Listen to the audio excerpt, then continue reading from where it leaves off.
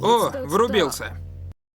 Космический привет всем любителям необычной анимации! Меня зовут Тимур, а вы смотрите шоу «Артология» на канале «Случайные идеи».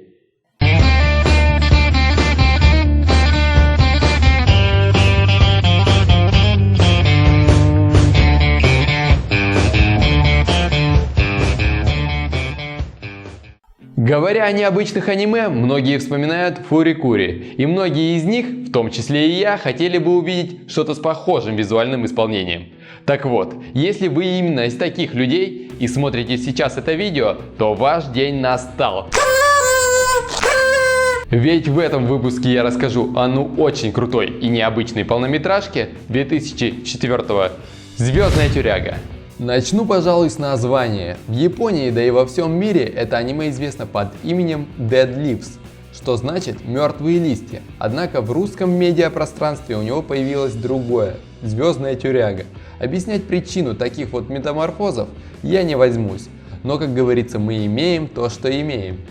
Теперь, что касается режиссерского кресла, то тут его занял аниматор Имайши Хироюки, создавший позднее такие любимые всеми аниме, как Гуррен Лаганн и Kill la Kill. Говоря о создании любого аниме, сериала или фильма, никогда нельзя забывать и о студии, благодаря которой оно появилось.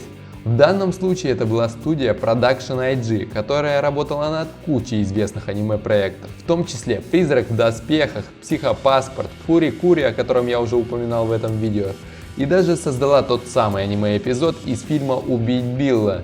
Тот факт, что «Звездная тюряга» практически никому не известна, если сравнивать с другими работами этого режиссера, всегда меня очень расстраивал. И в этом видео я попытаюсь, если не кардинально изменить ситуацию, то хоть немного расширить круг его фанатов, одним из которых являюсь и я сам. Сюжет. Сюжет – это непрекращающийся сумасшедший экшен с огромным количеством сортирного юмора и ультранасилия, который происходит в мире будущего.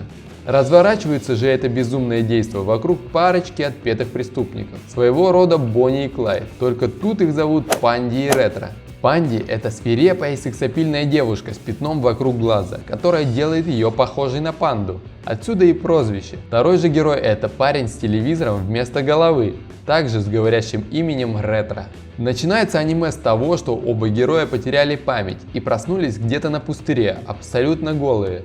И по традиции мальчишника в Вегасе они пытаются выяснить, что же с ними произошло, как они там оказались и кто они такие. По ходу развития сюжета протагонисты попадают в космическую тюрьму, которая и называется «Мертвые листья», откуда они практически сразу совершают побег. В ходе побега они сталкиваются с кучей злодеев в лучших традициях файтинговых аниме, начиная с самых слабых и заканчивая главным боссом. Отсылочки. Отсылки в этом аниме определенно есть. Одна из самых явных – это персонаж по имени Чинка, у которого сверло вместо мужского достоинства. Он, безусловно, является намеком на классику японского кино-киберпанка Тецуо Железный Человек.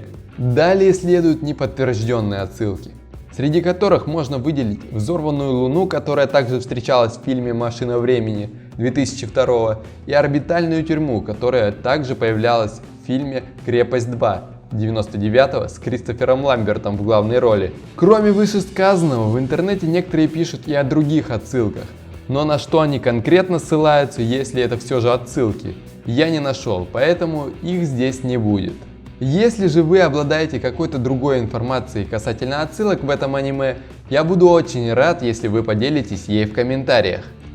Рисовка. Что касается визуальной истории картины, то, как я говорил ранее, она напоминает стиль, использованный создателями Фури-кури.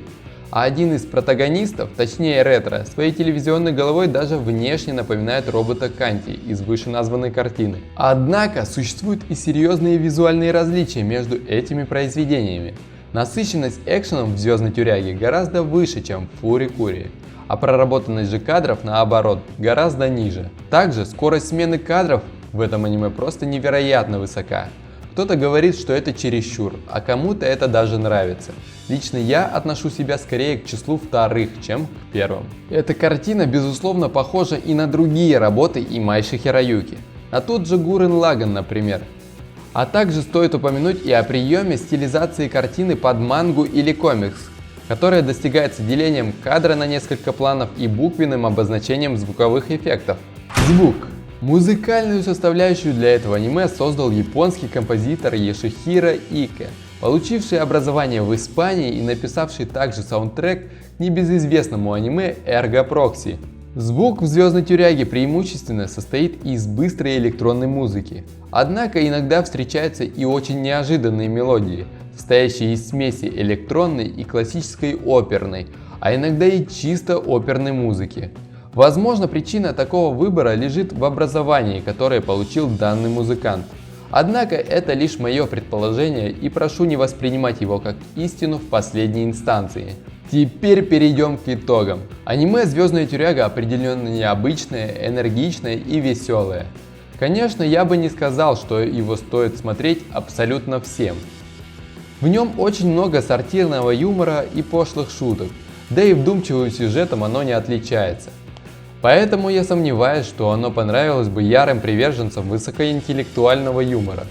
Кроме того, ему присвоен возрастной рейтинг R, а значит, я бы как минимум не стал его рекомендовать и очень юным зрителям. В целом же, если все вышесказанное не про вас и вы готовы увидеть что-то новенькое, то вам стоит с ним хотя бы ознакомиться. Огромное спасибо всем, кто досмотрел до конца. Обязательно подписывайся на наш канал, жми лайк, а также мы будем очень признательны, если ты поделишься этим видео в социальных сетях и оставишь комментарий. Это была Артология, смотрите только качественное аниме, всем пока!